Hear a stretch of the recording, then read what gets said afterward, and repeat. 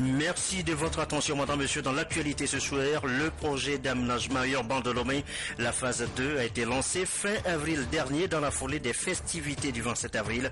Certains quartiers sont concernés par cette deuxième phase. Les bénéficiaires s'expriment ce soir. Aujourd'hui, 12 mai, les infirmiers en première ligne. La journée a été célébrée dans le monde entier. Elle coïncide au Togo avec la deuxième édition de la journée scientifique des infirmiers. On en parle tout à l'heure dans cette édition. Enfin, la fin du règne pour Dilma Rousseff, la présidente du Brésil, officiellement suspendue du pouvoir. Sa destitution est engagée par le Sénat. Voilà, madame, monsieur, le sommaire, bienvenue et bonsoir à tous. D'abord, au courrier arrivé du chef de l'État, des messages de félicitations continuent de parvenir à la présidence de la République.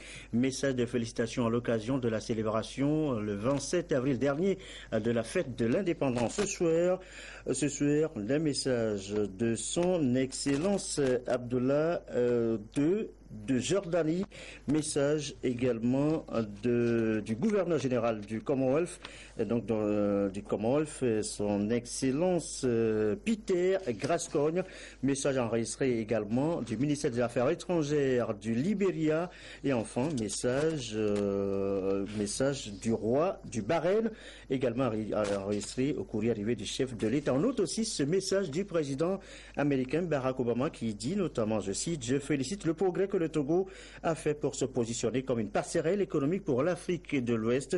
C'est mon espoir que ces efforts puissent aider à bâtir un avenir plus prospère pour tous les Togolais, alors que nous continuons à renforcer notre partenariat. Je me réjouis de célébrer les progrès effectués dans la gouvernance démocratique, la croissance économique élargie et la sécurité du Togo. » Voilà ce qu'écrit le président américain Barack Obama au président Faure Gnassingbé à l'occasion donc de la célébration le 27 avril dernier de la fête de l'indépendance. Le patronat togolais au Maroc en octobre prochain, l'agenda a été communiqué ce matin au Premier ministre. C'est au cours d'une audience que le chef du gouvernement a accordé au Conseil national du patronat, commissaire Classou, qui par ailleurs a conféré en seconde audience avec une délégation de la Fédération des femmes entrepreneurs et femmes d'affaires. C'est leur présidente Candide Leguédé qui s'est exprimée au sorti de l'audience. On va l'écouter après. Kosivi Nakou, le président du patronat, reçu en première audience. Nous avons demandé à être reçus par le Premier ministre qui a eu l'amabilité de nous recevoir pour discuter sur l'actuel fonctionnement du patronat, pour faire le point de ce qui se passe et comment ça évolue. En deuxième lieu, c'est pour de faire part de notre idée, puisque vous savez, en avril, il y a eu les 80 opérateurs économiques du Maroc qui étaient au Togo, où ils se sont entretenus avec nous.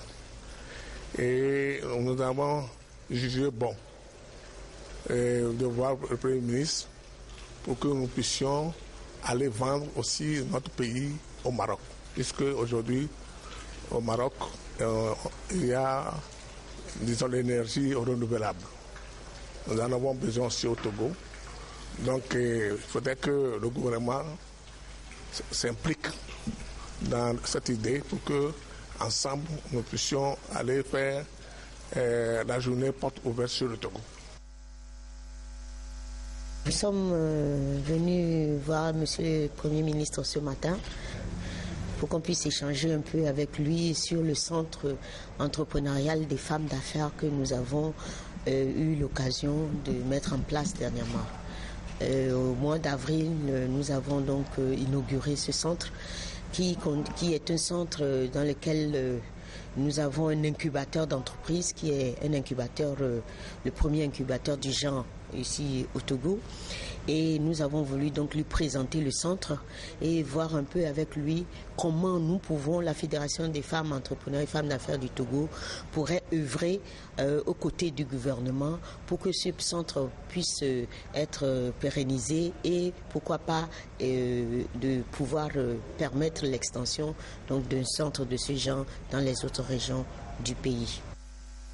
Et voilà, le patronat et la FEFA reçu donc ce matin en audience par le chef du gouvernement sur des propos recueillis par Antoinette Oumao Vavor.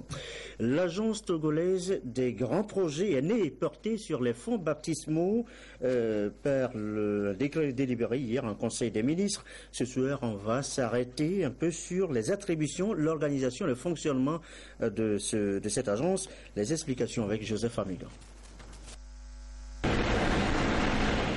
La réussite en matière de croissance et de développement est avant tout une affaire de pragmatisme et de réalisme.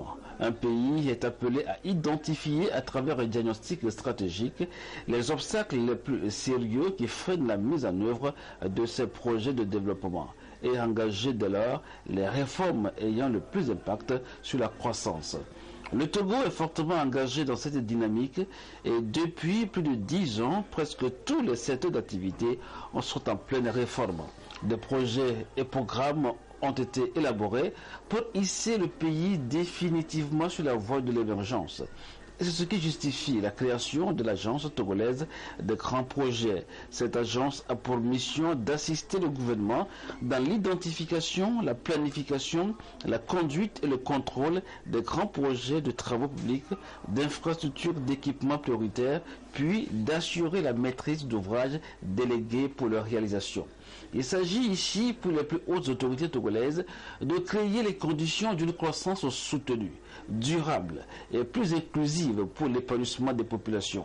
La création de l'agence togolaise des grands projets traduit l'engagement des plus hautes autorités togolaises d'imposer une nouvelle dynamique dans la conception, la réalisation, la conduite et l'exécution des projets prioritaires qui, pour l'essentiel, portent sur l'énergie, le transport, les infrastructures, les télécommunications et les services sociaux de base.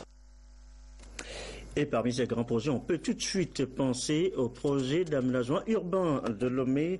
Vous savez, la deuxième phase vient d'être lancée par le chef de l'État. C'était dans la foulée de la célébration du 56e anniversaire de la fête de l'indépendance. C'est un projet d'assainissement des quartiers comme Zorobar, Kanikopé, Adamavo, Bekpota et j'en passe. Ce soir, les bénéficiaires s'expriment pour recueillir réactions recueillies dans ce document de Aimé Abalo. Les populations vivant dans les quartiers périphériques de Lomé manifestent un réel engouement autour du projet d'aménagement urbain de Lomé qui est entré dans sa seconde phase d'exécution. Ce chantier, financé par l'Union européenne sur le 10e FED pour un montant total de 43 millions d'euros, l'équivalent de 28,2 milliards de francs CFA, consiste à effectuer des travaux de drainage et d'assainissement au profit de ces quartiers vulnérables et exposés aux inondations. Il sera construit un 4e lac en liaison avec le système lagunaire déjà existant, puis un réseau de décharge pour combattre l'insalubrité dans ces milieux.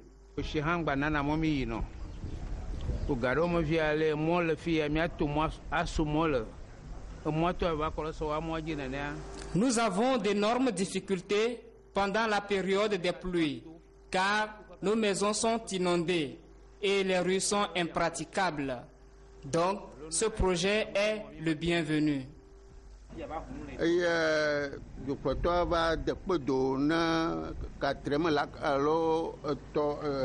Nous étions très contents lors du lancement des travaux effectués par le chef de l'État et nous l'avons accueilli avec beaucoup d'enthousiasme.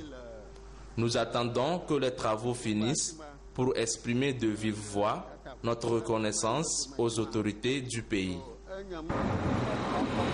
Autour de ce 4e lac, il est prévu l'aménagement d'une piste d'entretien et des espaces verts.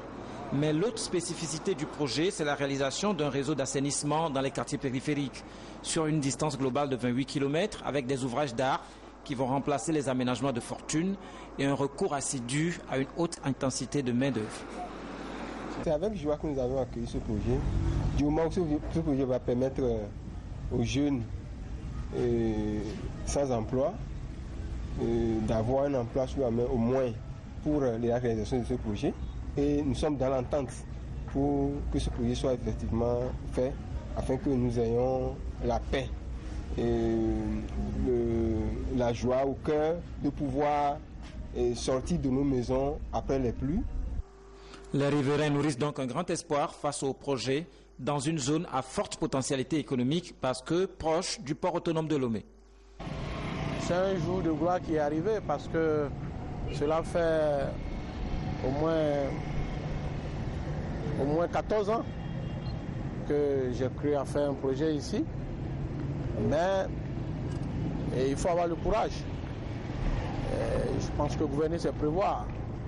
Et aujourd'hui, tout le monde entier a vu ce qui s'est passé le 26 avril passé. Et je pense que c'est tout le Togo qui va gagner, surtout, ça va devenir comme un lieu touristique. Du côté des chefs traditionnels, l'occasion est inédite. Il faut s'y impliquer à fond, mobiliser les communautés tout autour de ce chantier dans une approche participative.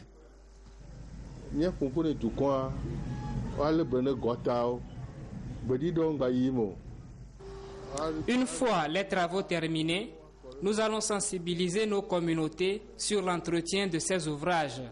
Donc, il faut que ces ouvrages soient protégés et préservés au profit de nous tous et pour le bien des générations futures. Je crois que ce projet est venu compléter le projet Purise, puisque le projet Purise a déjà pris en compte le nord-est, c'est-à-dire la zone d'Adakwame. Et je crois que ce projet, à la fin de ce projet, nous allons au moins à 90 ou bien 95% se dérober des jours d'inondation. C'est un sentiment de joie et en même temps un sentiment de gratitude envers le gouvernement et à travers le gouvernement au chef de l'État. Nous allons y participer vivement. Nous allons associer toutes les entités, que ce soit les CDQ, les chefs de quartier, les organisations des jeunes et des femmes. Et moi-même en personne, nous allons participer de plein pied à tous ces travaux. Le décompte a donc commencé depuis le premier coup de pioche donné par le chef de l'État le 26 avril 2016. Plus que 24 mois d'attente et les différents problèmes connaîtront un début de solution. En dehors des travaux de drainage dans la ville de Lomé, le PAUT 2 prend également en compte l'élaboration de plans directeurs d'assainissement dans les chefs-lieux des régions. Aujourd'hui, 12 mai, journée des infirmiers et infirmières, célébrée un peu partout. Les infirmiers, une force pour le changement, pour des systèmes de santé plus résilients.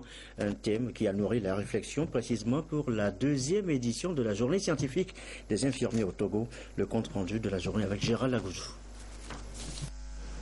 Journée qui honore l'infirmière, le 12 mai, offre l'occasion de réfléchir sur la nécessité d'œuvrer à l'amélioration de la qualité des soins administrés aux patients.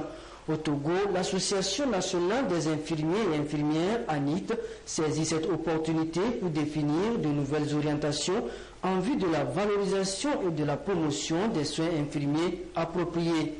D'où la portée du thème choisi, les infirmières, une force pour le changement, pour des systèmes de santé plus résilients.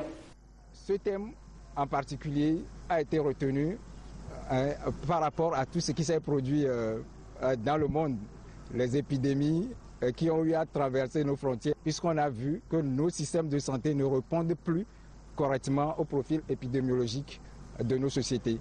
Donc il faudrait trouver une passerelle pour renforcer ces systèmes de santé, les rendre plus résilients. Donc la résilience ne veut pas dire nécessairement que le système ne peut pas échouer. Non. Donc cela veut dire que c'est la capacité du système à se relever, à s'adapter, à être flexible. Donc au cas où il y a un choc extérieur. Pour apporter une touche particulière à cette journée, l'association ANIT actualise ses connaissances et compétences à travers des communications axées sur la recherche en sciences infirmières. De par cette journée-là, nous partageons ensemble les résultats des recherches et ces résultats permettent au personnel infirmier de pouvoir améliorer leurs connaissances parce qu'on ne pourra pas faire la formation continue tout le temps. Donc à cette occasion-là, nous profitons pour partager les résultats. Maintenant, chaque infirmier qui est venu au retour sur le terrain maintenant partage avec les autres qui sont restés au poste et partage avec eux les données positives qui ont été issues de ces recherches et ensemble on contribue à l'amélioration du système de santé de notre pays. Le secteur de la santé, notamment la branche infirmière, est confronté à des défis que l'association ANIT compte relever avec l'aide du gouvernement et ses partenaires. Il s'agit entre autres de la pratique non réglementée de cette profession appelée à contribuer à l'atteinte des objectifs de développement durable au Togo. Voilà, des infirmiers en première ligne donc pour les tout premiers soins aux malades, mais bien avant, et parfois ces malades arrivent à l'hôpital au bon soin des ambulanciers. Ces derniers avec le personnel d'accueil des hôpitaux sont en séance de formation depuis ce matin. Ceux des régions centrales et Lomé commune précisément, c'est pour répondre encore plus efficacement aux urgences. Kaif Djobo, Medinas Salabi. Depuis l'apparition du virus Ebola, le Togo a pris des mesures et a mis en place des dispositifs de riposte contre les maladies épidémiques. Dans cette dynamique, il a reçu des partenaires, des appuis financiers et techniques, dont 3 ambulances de la coopération allemande. Comment utiliser ces ambulances et améliorer la capacité d'intervention des agents de santé en cas d'urgence? Cette formation qui répond à cette question concerne les ambulanciers et équipes d'accueil en cas d'urgence dans les CHU et CHR. Dans la formation, il y a 2 aspects. Le premier aspect, c'est la formation au contrôle et à la prévention de l'infection. Donc, quand ils veulent prendre un malade, comment faire pour prévenir de se contaminer? Le deuxième aspect, c'est la formation au secourisme, puisqu'ils sont en première ligne, ils doivent porter un secours. Cette séance de formation prend en compte 72 agents de santé pour renforcer durablement leurs actions sur le terrain et assurer plus efficacement la prévention des maladies épidémiques. Elle est soutenue par la GIZ. C'est très important, surtout pour le Togo, parce que c'est un pays de passage.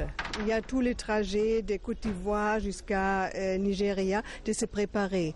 Et les cas d'Ebola ou de virus, ça peut se passer ici également. Il faut être préparé. Ça veut dire les premiers soins doivent être pris et le personnel comme les ambulanciers, ce sont vraiment les premiers qui doivent être sécurisés également pour qu'eux ne prennent pas le virus. Après cette phase théorique, les apprenants vont s'exercer avec des simulations réelles au secourisme, au transport et à l'accueil du malade. Autre sujet évoqué ce soir, les centres d'écoute, ces centres de secours pour les victimes de violences conjugales ou basées sur le genre. Il y a des procédures de création, de gestion de ce centre contenues dans un document. Le document est à l'étude depuis ce matin. L'examen prendra 2 jours. Les précisions de Charlotte Roussime. Le Togo dispose de 13 centres d'écoute et de conseil des victimes de violences basées sur le genre. Une étude sur ces centres fait état de la pertinence et de la qualité du travail qui s'y déroule. En vue de gérer au mieux ces institutions et d'harmoniser les procédures de leur création, un document de référence a été élaboré. Il est soumis à étude en vue de sa validation. Ce document servira de document de référence pour les centres futurs qui seront créés. Ceux qui sont déjà existants, comment les gérer et comment faire le rapportage pour montrer l'impact que les centres d'écoute donnent au sein de la population. Les centres d'écoute constituent une réponse dans la lutte contre les violences basées sur le genre. En moyenne, 5 personnes par jour sont écoutées, prises en charge et référées aux institutions compétentes. Le gouvernement, quant à lui, ne ménage aucun effort en vue de promouvoir l'excellence dans leur gestion. Il est soutenu par le Fonds des Nations Unies pour la population, l'UNFPA. La recommandation 202 de l'Organisation internationale du travail, que faut-il en retenir précisément? On sait la plupart vaguement que c'est en rapport avec la protection sociale. Les organisations syndicales travaillent donc depuis ce matin sur les éléments clés de cette recommandation. La finalité, Christine Petit-Kialude. Les pays membres de l'Organisation internationale du travail, en adoptant la recommandation 202 relative au socle de protection sociale, se sont engagés à faire de la protection sociale un élément de lutte contre la pauvreté. Le Togo étant partie de cette charte, a bien évidemment fait du combat contre la pauvreté son cheval de bataille. Et parmi les initiatives et actions mises en œuvre, on peut citer l'accès facile aux soins de santé à travers l'assurance maladie, la CARMA, le FNFI et ses sous-produits et la promotion de l'emploi des jeunes.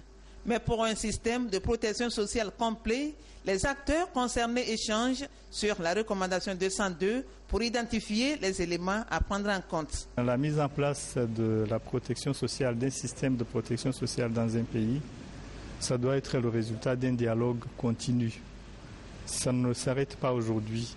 On va parler des principes de cette recommandation 202 qu'il a évoquée, qui a été adoptée par tous les pays membres de l'Organisation internationale du travail, et de cette orientation, de ce souci que nous avons tous de porter la protection sociale à toute la population. Et nous verrons également quelques points importants sur le dialogue social et la façon de le mener pour avoir un consensus en matière de dispositifs de protection sociale à mettre en œuvre. Et nous parlerons aussi de quelques résultats de calcul de ce que pourraient coûter ces garanties. La recommandation 202 promeut certains principes et étend la protection sociale à tous sans discrimination. Et alors il y a des principes que promeut cette recommandation, le principe d'universalité, le principe de non-discrimination, le principe de progressivité.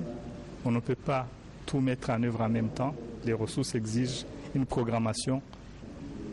Le principe de durabilité des systèmes. La protection sociale prend également en compte certaines vulnérabilités spécifiques, comme les personnes vivant avec le VIH-Sida et celles vivant avec un handicap. Direction maintenant la Blue Zone de Kakaveli. Le site a accueilli ce jeudi la 7e rencontre de la plateforme Jeudi Jose. Au rendez-vous, les avantages liés à l'enregistrement des entreprises et la notion de fiscalité, les modules du jour. Augustin Kossi pour Don Zinsou. Progressivement, l'initiative Jeudi Jose fait des émules chez les jeunes entrepreneurs et porteurs de projets. Ils se sont encore mobilisés pour ce rendez-vous mensuel où ils apprennent les notions de base pour créer leur propre entreprise ou mieux, bien la gérer. Cette démarche entrepreneuriale appelle à la connaissance des différentes procédures administratives et fiscales en vigueur afin d'être à l'abri des sanctions du fisc. D'où ces échanges sur les avantages liés à l'enregistrement des sociétés au centre de formalité des entreprises et la nécessité de déclarer les revenus à leur fiche de des recettes ainsi que le paiement des impôts dans les délais requis. Une entreprise qui n'est pas formalisée de nos jours se ferme les portes de l'épanouissement et on peut dire aussi qu'elle peut aussi tomber sous le coup de la loi, peut être sanctionnée. Les notions préliminaires sur l'impôt, c'est à quoi sert l'impôt, pourquoi nous devons payer l'impôt. Nous les avons également entretenus sur les différents régimes fiscaux par rapport à la fiscalité togolaise. Nous avons parlé un peu de la TPU qui est le régime synthétique. Nous avons parlé également du réel simple et du réel avec TVA. Cette plateforme de partage d'informations et d'expériences permet également à ces jeunes entrepreneurs de nourrir de nouvelles visions pour le développement de leurs activités. Je me suis fait enregistrer il y a de cela 3 ans, puisque c'est depuis 2013, mais je viens de découvrir beaucoup de choses. Par exemple, le fait de faire une déclaration d'existence au niveau de l'OTR après la création de l'entreprise au niveau de CFE. Je viens aussi de savoir que nous pourrons adhérer à une organisation au niveau de la Chambre du commerce pour bénéficier de certaines réductions au niveau des taxes. Je suis venue Jeudi Jose parce que j'ai beaucoup de projets et j'en ai parlé à un ami qui m'a dit que de venir au niveau de FAEJ, je suis allée et on m'a indiqué ici. Donc je suis venue, j'ai retenu beaucoup de choses. On nous a parlé de comment enregistrer son entreprise et comment payer les taxes au niveau de l'État et les dispositions que l'État a prises pour aider les jeunes entrepreneurs. Cette initiative Jeudi Jose, mise en place par le FAEJ, le Fonds d'appui à l'initiative économique des jeunes, encourage l'entrepreneuriat des jeunes Togolais qui s'engagent ainsi à oser pour un meilleur lendemain en devenant patron de leur propre entreprise. À l'étranger, la chute d'une figure, la fin de 13 ans d'Ilma Rousseff, qui avait succédé à Lula, a été officiellement suspendue après le vote du Sénat. Sa destitution est engagée à regarder. Les partisans scandent « Vive la guerrière ». Sa réaction est grave, elle parle de coup d'État. Je le reconnais. Je n'aurais jamais imaginé qu'il faudrait se battre à nouveau contre un coup d'État dans mon pays. La démocratie est toujours du bon côté de l'histoire. Jamais je ne renoncerai. Je me battrai jusqu'au bout. La voici qui quitte le palais présidentiel, mâchoire serrée, toujours acclamée par ses supporters, décidée à se battre contre la procédure de destitution qui la vise. Dilma Rousseff, la première femme présidente du Brésil, va devoir affronter un humiliant procès pour maquillage de compte public. Elle était pourtant entrée dans l'histoire en 2011, élue triomphalement, à l'époque aussi populaire que son mentor, l'ancien président Lula, enfant chéri des Brésiliens. Dilma Rousseff, la jeune guerriera marxiste emprisonnée et torturée sous la dictature militaire, était une héroïne du Parti des travailleurs. Mais son deuxième mandat de présidente est une lente descente aux enfers. Le Brésil s'enfonce dans la récession. Scandale de corruption, manifestations monstres pour réclamer sa destitution. La voilà aujourd'hui suspendue. Elle n'a aucune chance de pouvoir gouverner à nouveau un jour. Non, elle est trop impliquée dans des scandales, elle a commis trop d'erreurs. Politiquement, elle est finie. Certains Brésiliens l'ont écartée du pouvoir et les voleurs vont continuer à voler le peuple, malheureusement. Si la Chambre haute condamne Dilma Rousseff, son départ du pouvoir sera définitif. Le reste de l'actualité avant les soirs de Claude Amand, la littérature avec ce concours lancé ce jeudi à Lomé au lycée Djadji de Gomé 1, concours qui incite à lire les livres togolais surtout. La récompense est au bout avec l'association Togo Nouveau Ramdan Bassir. Un peuple qui lit est un peuple qui gagne, dit-on. À l'heure où les réseaux sociaux foisonnent avec l'apparition de nouvelles expressions, la littérature peine à retrouver ses marques malgré le nombre sans cesse croissant d'écrivains togolais. Comment promouvoir la littérature en milieu scolaire et susciter le goût de la littérature chez les jeunes? C'est tout le sens de ce concours littéraire dénommé La Sève, initié par l'association Togo Nouveau, avec l'appui du ministère de la Culture. Nous avons voulu faire en sorte que cette défaillance soit un peu corrigée en initiant ce concours dénommé La Sève, prix des consommateurs du livre au Togo, qui vise essentiellement à faire découvrir les ouvrages produits ici au Togo au public et amener le public dans son ensemble à acquérir ces ouvrages et à les exploiter. Le ministre en charge de la Culture, Guy Madié Lorenzo, salue cette démarche qui cadre avec la politique nationale du livre. Pourquoi lire? Pourquoi vous devez lire? La lecture est une habitude que vous devez acquérir depuis votre plus jeune âge, car elle vous permet d'augmenter votre connaissance du monde, de voyager, de connaître de nouvelles réalités et d'améliorer votre culture. Elle est un moyen de vous amuser, de vous évader et de renforcer votre imagination et votre créativité. Lire développe l'intelligence, tout comme votre capacité à visualiser et à imaginer le monde et les personnages que vous décrivent les auteurs, augmentant ainsi votre capacité à relier les histoires à travers votre propre pensée. Une histoire lue dans un livre vous permet de trouver des réponses à des questions que vous vous posez, mais aussi à augmenter votre connexion avec le monde qui vous entoure. La lecture ne comporte donc que des effets positifs. À quelques jours du début des examens du bac 1, où plus de 44 000 candidats dans l'enseignement général et plus de 15 000 dans l'enseignement technique sont appelés à composer, Guy Madié Lorenzo appelle les élèves à la sérénité et à plus d'engagement. Savez-vous combien vous serez passé à composer pour le bac 1? Plus de 44 000. Et avec presque 40% de filles. Il faudrait que dans les années qui viennent, il y ait 50% de filles. Et vous serez plus de 15 000 à composer au titre de l'enseignement public. Donc, pas de 37% de jeunes filles. Je le dis à tous les élèves de Jean Cassé à Saint-Cassé, de la part du président de la République. Bonne chance pour le bac 1. Le concours littéraire La Sève, c'est jusqu'en décembre prochain. Avis donc aux consommateurs du livre d'acheter, lire et fournir des commentaires après la lecture d'au moins 3 livres parmi une quinzaine sélectionnés pour faire partie des lauréats. Et voici maintenant M. Claude Daman et ses infos sport de jeudi. Bonsoir Claude. Bonsoir Gerson. On va parler tout d'abord de la Coupe de Dévé-Gozan 2016 qui démarre dimanche prochain dans la localité. Le tournoi qui regroupe 16 clubs au lieu de 12 habituels a été lancé cette semaine lors d'une conférence de presse à laquelle a pris part Lamine Koko Konaté. Bientôt, dans le courant du mois de juillet, les fils et filles du village de Dévégo vont se retrouver autour de leur fête traditionnelle.